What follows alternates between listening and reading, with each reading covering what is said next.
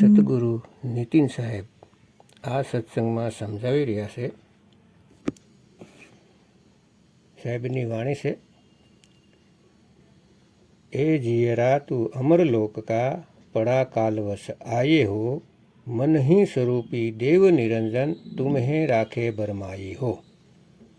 5:25 तीन का पिंजरा तामे तुमको राखे हो, तुमको बिसर गई सुध घर की મહિમા આપન ભાખે હો.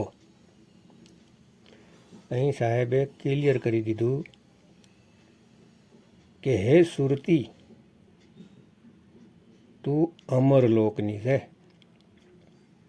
આ લોકની નથી. આ લોકને પોતાનું ઘર સમજી બેઠી છે ભૂલવશ, પણ આ તારું ઘર નથી. આ નાશવાન દુનિયાને, નાશવાન શરીરને સલાવવામાં લાગેલી છે, તે એક દિવસ તારી નહીં રહે. અહીંયા જ માટીમાં માટી મળીને ખતમ થઈ જાય. પછી તારી પાસે કોઈ રસ્તો નહીં હોય કે તું પોતાનું ઘર બનાવી શકે. અત્યારે તો આ 5 તત્વના પિંજરાને પોતાનું ઘર સમજી લીધું છે, પણ જ્યારે આ પિંજરું તૂટી જાય ત્યારે ક્યાં રહીશ? હે જીયરા તું અમરલોક કા, તું આ કાળની દુનિયામાં, આ મનની દુનિયામાં આવી ગયો છે. વિચાર કરી લે, વિવેક કરી લે અને પોતાના અસલી ઠેકાણાનો રસ્તો જાણીને હંમેશાને માટે અહીંથી ચાલ્યો જા. તારા શરીરને કાલ નષ્ટ કરે તે પહેલાં સેતી જા, નહીતર અંત સમયમાં ફક્ત ને ફક્ત પસ્તાવવું પડશે. એટલા માટે કહેશે, મનહી સ્વરૂપી દેવ નિરંજન. આ મન જ દેવ નિરંજન છે, મન જ કાળ છે. કાળ 2 રૂપમાં છે, એક નિર્ગુણ નિરાકાર અને એક સરગુણ સાકાર. આ 2 રૂપથી કાળ જીવને ભરમાવે છે. કોઈ નિર્ગુણ में રીજ रहा, કોઈ सरगुण ठहराए, अटपट साल कबीर की मुँह से कही न जाए. अरे निर्गुण सरगुण दंड पसारा, और दोनों पड़ गई काल की धारा. નિરાકાર અને સાકાર આ બંનેની સાથે જોડાય છે, તે કાળની જાળમાં ફસાઈ જાય છે. 5:25 तीन का पिंजरा तामे तुमको राखे हो, तुमको बिसर गई सुध घर की મહિમા આપન ભાખે હો. એટલે કે તારા રહેવા માટે આ મને 5 તત્વ પછી જ પ્રકૃતિ 3 ગુણનું એક ઘર બનાવીને આપ્યું, તેમાં તું રહેશે. પરંતુ એવું ઘર બનાવ્યું કે એક આદમી છે, એક સ્ત્રી છે, એક કૂતરો, બિલાડી, બકરું છે, એવું બનાવ્યું. આપણે ઘર બનાવ્યું છે એવું નથી, પણ આ મને એવું ઘર બનાવ્યું ખૂબ વિચારીને ભરમાવી શકાય એવું, કે જેને 2 આંખ છે, 2 હાથ છે, 2 પગ છે, અને આ ઘર હાલે પણ છે. એટલા માટે આપણે નથી સમજી શકતા કે આપણે ઘર છીએ કે ઘરમાં રહેવાવાળી સુરતી છીએ. એટલા માટે આપણે ભ્રમમાં પડી જઈએ છીએ, કેમ કે હાલતું ચાલતું ઘર આપણને આપ્યું છે, અને આ ઘર ખાય છે, પીવે છે, અરે આ ઘર નાય પણ છે, અને 2 ઘર મળીને એક ત્રીજું ઘર પણ બનાવી દે છે. કેમ કે કોઈ સુરતી આવીને એમાં એ ઘરમાં ફસાઈ જાય, અને તે પણ પોતાને ઘર સમજવા લાગે, પોતાને શરીર સમજવા લાગે. આ એવો ભરમજાળ છે કે જેમાંથી મોટા મોટા દેવી દેવતા પણ નથી નીકળી શક્યા. તે પણ ન જાણી શક્યા કે તેનું સ્વરૂપ શું છે, કે આંખ કાન નાક નથી, શરીર નથી, તે પણ ન જાણી શક્યા. તે પણ પોતાને સુંદર સમજવા લાગ્યા કે હું ખૂબ જ સુંદર છું, ખૂબ જ બળવાન છું. બધા જ આ શરીરમાં ઉલજી ગયા. શરીરથી આગળ કોઈ વિચારી પણ ન શક્યું. શરીરની જ પૂજા કરી અને શરીરની જ આશ લગાવીને પાછા શરીરમાં આવી ગયા અને પોતાના ભક્તોને પણ શરીરની પૂજા કરાવી દીધી. સૌથી મોટી જાળ 5 તત્વ 25 પ્રકૃતિની છે ભક્તો. અને જે કોઈ શરીરને સમજી ગયા તો તેને પાછા શ્વાસોના સમરણમાં લગાવી દીધા. અરે શ્વાસ પણ એક તત્વ છે, પણ જે સુરતી દ્વારા શ્વાસ ચાલે છે તેને કોઈ નથી જાણતું કે કઈ રીતે શ્વાસથી અલગ કરી શકાય. તે વિધિ કોઈ નથી જાણતું. એટલે શ્વાસોના સિમરણમાં લાગી ગયા. જે શ્વાસોથી સુરતી અલગ કરવાની હતી એના બદલે શ્વાસોમાં જ પૂરું ધ્યાન લગાવી દીધું. શ્વાસોમાં જ જોડી દીધા. અલગ ક્યાં થયા? અલગ કરવાવાળા ગુરુ તો પહેલેથી જ અલગ કરી દે છે. જ્યારે તે નામ આપે છે ત્યારે જ અલગ કરે છે, ભેદ બતાવી દે છે કે શ્વાસોમાં ધ્યાન નથી રાખવાનું, નહીતર અલગ નહીં થઈ શકો. એટલા માટે શ્વાસોના જાપ કરવાવાળા સાહેબનો વિરોધ કરે છે, કેમ કે તેની જાળ તૂટી જાય છે. હવે વધારે ભ્રમિત નહીં કરી શકે જીવોને, કેમ કે સત્ય જ્ઞાનનો ઉદય થઈ ચૂક્યો છે. અને સત્ય શ્વાસોનો ગુલામ નથી. સત્ય પોતે જ પૂરણ છે. તેને શ્વાસો દ્વારા નથી પકડી શકાતું. શ્વાસ તો ગણીને મળેલી છે. શ્વાસ તો નાશવાન છે. શ્વાસમાં ધ્યાન લગાવશો તો મુક્તિ નહીં મળે, તે નાશવાન છે. એટલા માટે ફક્ત ને ફક્ત ધ્યાન આતવ તત્વમાં લગાવો, જે અવિનાશી છે. જેવા આત્મ તત્વ સુધી પહોંચ્યો તો પરમાત્માનો સાક્ષાત્કાર થશે. જબ તક ના ચીનોગે આતમ તબ તક ના મિલી હે પરમાત્મ. પરમાત્માને મેળવવા માટે પહેલાં પોતાના આત્મ સ્વરૂપને જાણવું પડશે. આ દેહી સ્વરૂપથી અલગ થવું પડશે. ત્યારે આત્મ સ્વરૂપ પરમાત્મ સ્વરૂપને જાણી શકશો. તુમકો વિસર ગઈ શુદ્ધ ઘર કી મહિમા આપન ભાખે હો. એટલે કે જે અવસ્થામાં તું હતી, તમારી સુરતી તમારા આત્મા સાથે લાગેલી હતી, ત્યારે તમે પાકા ઘરમાં રહેતા હતા. પાકું ઠેકાણું હતું. પણ જેવા ત્યાંથી અલગ થયા એટલે 5 તત્વ પછી પ્રકૃતિ 3 ગુણને ધારણ કરી લીધા. જેવા એ અવસ્થાને છોડીને અહીંયા આવ્યા એટલે તે અવસ્થાને ભૂલી ગયા અને આ ભાડાના મકાનમાં ધક્કા ખાવા લાગ્યા. એક છોડીને બીજામાં, બીજાને છોડીને ત્રીજામાં ભટકવા લાગ્યા. આ જ્યોતિ નિરંજન મન તમને ભરમાવીને પોતાની મહિમા ગાય છે. તમને પોતાની જાળમાં ફસાવે છે. અલગ અલગ અવતાર ધારણ કરીને, અલગ અલગ ગુરુના શરીર ધારણ કરીને તમને શરીરનું જ જ્ઞાન આપે છે. તમને ગુરુના રૂપમાં ફસાવે છે અને બધા જીવોને એવી આશામાં લગાવે છે કે અંત સમયમાં તમારા ગુરુ તમને લેવા આવશે. તમારા ગુરુનું રૂપ ધારણ કરીને પરમાત્મા આવશે. તો યાદ રાખો ભક્તો, પરમાત્મા દેહી ગુરુ નથી. પરમાત્મા ક્યારેય દેહમાં નથી આવતા લેવા. તે તો જ્ઞાન સમજાવવા આવે છે. દેહમાં આવીને વિદેહનું જ્ઞાન સમજાવે છે. દેહ સાથે આશ નથી લગાવડાવતા. અરે 5 25 3 હે પિંજડા. આ દેહ તો પિંજડું છે ભાઈ. અને જો પિંજરાની આશ લગાવશો તો પિંજરું જ મળશે. એટલે કહે છે કે વિદેહ. વિદેહ એટલે જેની કોઈ દેહ નથી. તે ફક્ત ને ફક્ત શબ્દ ધૂન છે. અખંડ શબ્દનાદ છે, જેનો ક્યારેય નાશ નથી થતો.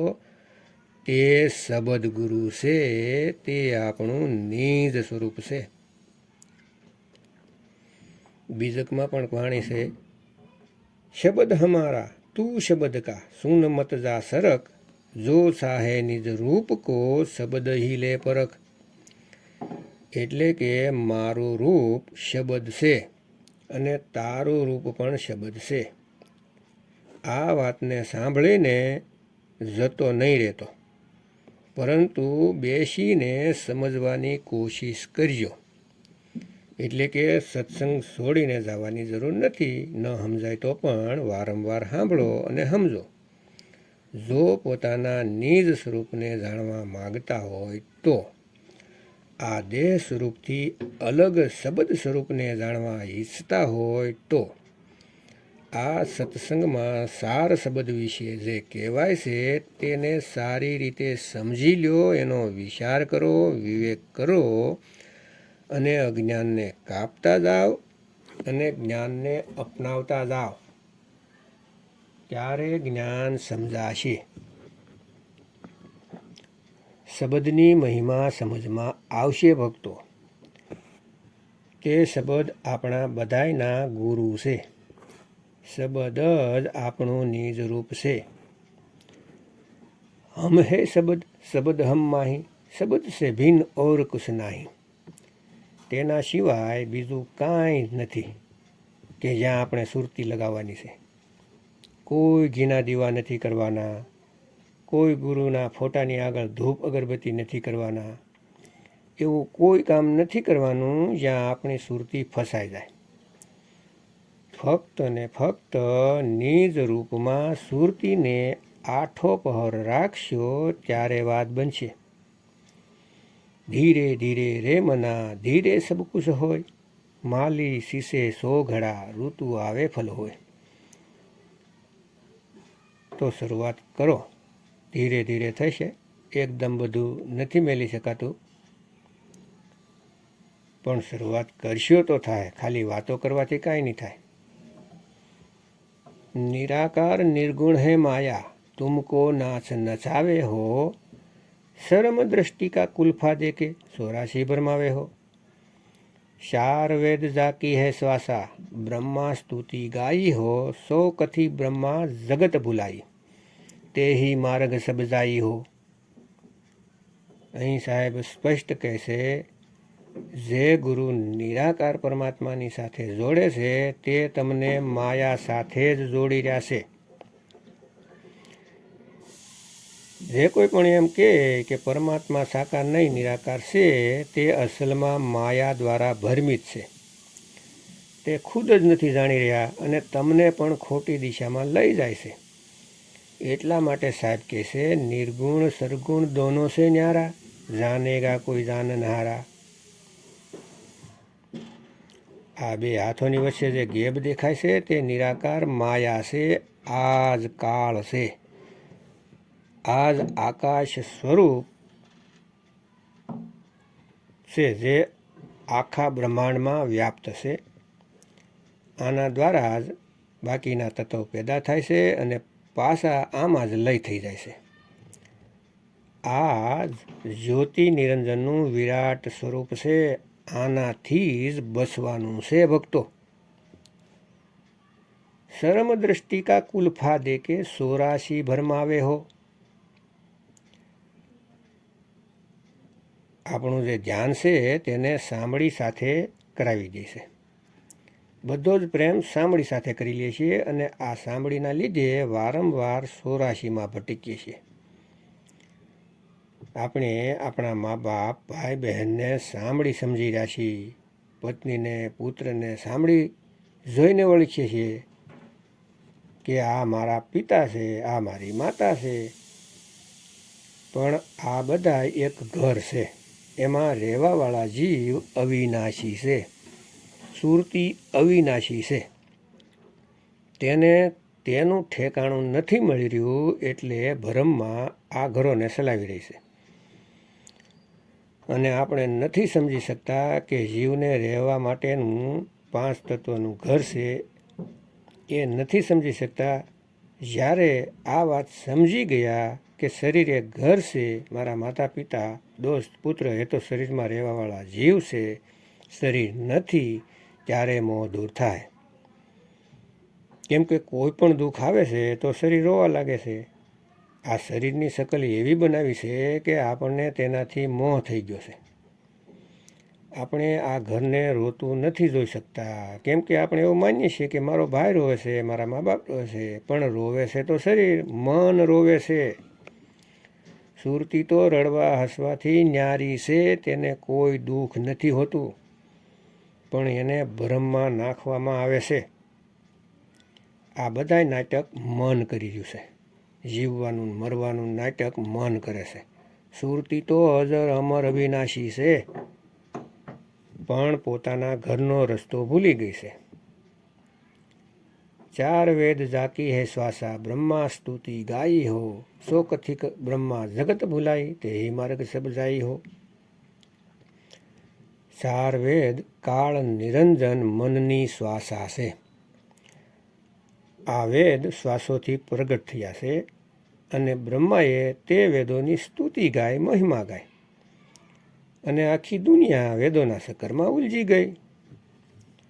બ્રહ્માજી દ્વારા વેદોની ટીકા કરવામાં આવી, તેની મહિમા સંભળાવી, તો બધા ઋષિમુનિ બ્રહ્માજીની પાછળ લાગીને વેદોના ગુણ ગાઈને વેદોમાં બતાવેલ સાધના કરવા લાગ્યા, અને બધાય ઓમકારને માનીને ભ્રમિત થઈ ગયા. પોતાના નિજ સ્વરૂપને ન જાણી શક્યા, અને તે પંચ અક્ષરી મંત્રને સત્ય માનીને તેની સાધનામાં લીન રહ્યા. એટલે સાહેબ કહે છે કે ઓમકાર હે વેદ કા મૂલા, ઓમકાર મેં સબ જગ ભૂલા, ઓમકાર જો વેદ બખાને, સોઈ કાલ કોઈ મરમ ન જાને. તે કોઈ ન જાણી શક્યું કે ઓમકાર જ કાળ છે. અને આ કાળથી બચાવવા માટે કબીર સાહેબે 5મો વેદ પ્રગટ કર્યો, જેને સ્વસમ વેદ કહે છે. સ્વસમ વેદનો મતલબ છે કબીર વાણી, જેને સૂક્ષ્મ વેદ પણ કહે છે, સૂક્ષ્મ ભેદ પણ બોલાય છે. એટલા માટે સાહેબ કહે છે, કોઈ પણ ગુરુ વેદ પુરાણો દ્વારા સાધના બતાવે છે, તે ગુરુને તરત જ ત્યાગી દેવા જોઈએ, કેમ કે તે સાર શબ્દને નથી જાણી શકતા, કેમ કે તે લખવા બોલવામાં આવતા જ નથી. તે અકે નામ છે, નિયક્ષર નામ છે. સાહેબ કહે છે કે જોગ જાપ નેમ વ્રત પૂજા બહુ પરપંચ અપારા હો, જૈસે બધિક ઓટ ટાટી કિए दे विश्वास आहारा हो, सतगुरु पीव जीव के रक्षक तासे करो मिलाना हो, जिनके मिले परम सुख उपजे पावो पद निर्वाणा हो. બિલકુલ સ્પષ્ટ કહે છે કે જોગ, જપ, વ્રત, પૂજા, પાઠ આ બધુંય પરપંચ છે. આ પરપંચમાં ન ફસાવ. કોઈ પણ ગુરુ જાપ આપે તો નથી જપવાના. કોઈ 11નું વ્રત કરાવે છે, કોઈ પૂર્ણમાસીનું વ્રત કરાવે છે, આ બધુંય પરપંચ છે. અરે કબીરપંથી પણ પૂર્ણમાસીના વ્રત કરે છે. જેમ શિકારી હરણને પકડવા નગારું વગાડે છે અને શિકારી પાછળ છુપાઈ જાય છે, અને હરણ નગારાના અવાજમાં લીન થઈને પાછો પાસે આવે છે, તો શિકારી હરણને મારી નાખે છે. ઠીક એવી રીતે આ બધું નીત નેમ વ્રત પૂજા પાઠ હવન યજ્ઞ જપ તપ આ બધું કાળ શિકારીની પ્રપંચ જાળ છે, જે જીવને શરૂઆતમાં હારી લાગે છે અને અંત સમયમાં જીવને 84માં નાખી દે છે. તો એવા ગુરુથી બચતા રહેવું. સતગુરુ પીવ જીવ કે રક્ષક તાસે કરો મિલાના હો. સતગુરુ તો પીવ છે, જીવના રક્ષક છે. જીવને પીવ બનાવવા સતગુરુ આવે છે, કે આ જીવથી આ જીવ ભૂલથી બ્રહ્મ ન થઈ જાય. બ્રહ્મ નથી થવાનું ભક્તો. સોહંગનો જાપ કરશો તો બ્રહ્મ થઈ જાઓ, પછી કાંઈ હાથ નહીં રહે. ફરી પાછું જન્મ મરણમાં આવી જાઓ. પણ સોહમ અવસ્થાને જાણો. જેવા તમે એવા અમે. સોહમ પીવ અવસ્થાને નહીં જાણો ત્યાં સુધી ભ્રમમાં જ રહેશો. તો સબદગુરુની પ્રાપ્તિ કરો, જે જીવ અવસ્થામાંથી પીવ અવસ્થામાં પહોંચાડી દે. પછી તમે પણ સમર્થ થઈ જશો. પછી મન તમારી આગળ ઝૂકી જાય. તો તે ફક્ત સતનામ દ્વારા થઈ શકે છે, અન્ય કોઈ નામથી નહીં. સતનામ કોઈ કાળ કે અક્ષર પુરુષનું નામ નથી, સમજી જાઓ. સત્ય નામ જો પાવે વીરા, સંગ રહું જો દાસ કબીરા. સાહેબ કહે છે, જે મારું નામ જાણે છે, હું તેની અંગ સંગ રહું છું. એટલે એ પરમપદને મેળવી લ્યો, જેથી મુક્તિ મળી જાય. આવવા જવાનું ખતમ થઈ જાય. જુગન જુગન હમ આવે છે તાવા, કોઈ કોઈ હંસ હમારા હો. કહે કબીર તાહી પહોંચાવું, સત્ય પુરુષ દરબારા હો. સાહેબ કહે છે કે હું તો યુગો યુગોથી જીવને સમજાવી રહ્યો છું, પણ જીવ મારી વાત નથી માની રહ્યા. ઉલટા મારી વાણીના અર્થનો અનર્થ કરીને પોતાનો જન્મ બરબાદ કરે છે. ક્યાંક શ્વાસોમાં ઉલઝી જાય છે, ક્યાંક બીજા તત્વોમાં ફસાઈ જાય છે, તો ક્યાંક મારા ફોટામાં મૂર્તિમાં ઉલઝી જાય છે, ક્યાંક મારી વાણી વાસી વાસીને સમજી લે છે કે મુક્તિ થઈ જાય. અરે નહીં ભાઈ, ગુરુ બિન પઢે જો વેદ પુરાણા, સાર ન જાને રહે અજ્ઞાના. એવા ગુરુ ધારણ કરો જે શબ્દ ભેદી હોય, ગ્રંથ ભેદી નહીં. આવાથી તો બસવાનું છે. બહારથી તો લાગે છે કે ખૂબ જ્ઞાની છે, પણ એવા ભરમાવે છે કે 84માં જવા સિવાય કોઈ રસ્તો જ નથી મળતો.